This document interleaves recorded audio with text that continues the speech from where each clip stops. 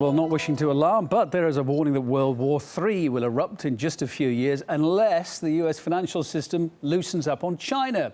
Who's telling us that? Billionaire investor George Soros, that's who. He says America needs to let Beijing join the global currency basket or the consequences could prove catastrophic. If there is conflict between China and a military ally of the United States, like Japan, then it is not an exaggeration to say that we are on the threshold of a third world war. To avoid disaster, he goes on to say, Washington should strengthen its economic ties with Beijing, and it's not the only fly in the ointment either. China's clearly irked by the US building up its military presence in the region right now. On Thursday, Beijing issued 8 warnings over American spy planes swooping over the South China Sea.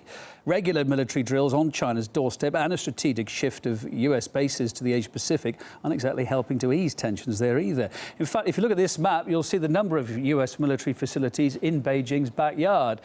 Let's get more on the story now with China-based writer Brendan O'Reilly. Overstatement or not, do you think, Brendan? World War III, I mean, it's a dramatic forecast to make. Is Soros right? How likely is that? Well, I would say it's extremely unlikely unless both powers are literally insanely suicidal. This type of rhetoric, I mean, you hear it a lot from the American government. Every threat is the next Hitler. Every war is next World War III. I find it extremely unlikely in the case of the South China Sea conflict. I mean, if you take his argument further, though, I mean, how much difference would closer economic ties make towards easing tensions between them? Because there are tensions right now. Sure, of course there's tensions.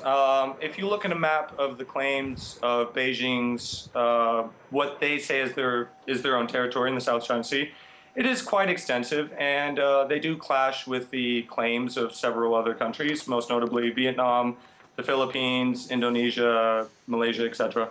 But it's not like this is a new conflict. China has laid claim to this vast swath of ocean since at least the late 1940s. So again, you know, it's not a new conflict. Well, I'm just looking at his report here. I'm just looking at what George Soros has to say. His argument is basically, his theory is that if China's efforts, I'm quoting, to transition to domestic demand led the economy from an export engine falter, there's a likelihood that China's rulers may want to foster an external conflict to keep the countries together and hold on to power. That's his reasoning. Do you agree? Look, that's not impossible. I mean, if you look at any government, how they maintain their own legitimacy at home, I mean, there's two ways. One is improving the livelihoods of their people, and one is by focusing on an external enemy. I don't think China is unique in that regard.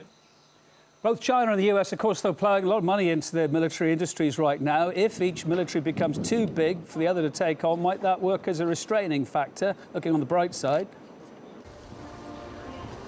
Look, I mean, yeah, China's spending more and more on their military, but their economy is also expanding at a still fairly robust level. That's not really true in the United States anymore. The United States spends more money on its military than the next, at least something like 20 powers put together. So I think it's extremely hypocritical for Washington to condemn Beijing's military buildup in a region which is essentially right off the coast of China. Well, good to hear no World War III from you. What about relations between China and Japan? I mean, they're pretty heated. It's on and off most of the time. Washington vocally supporting Tokyo. Where's that conflict going to go? Well, I mean, to some degree, that's a slightly different conflict. We're not talking about the South China Sea anymore. We're talking about the East China Sea and the Diaoyu Islands, or Senkaku, as they're called. But potential hotspot.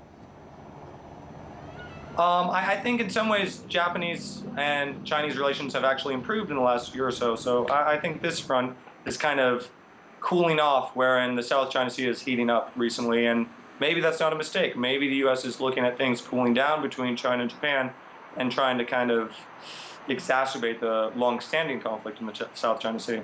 Good to hear your calming words. China-based writer Brendan O'Reilly. Nice to see you on the programme.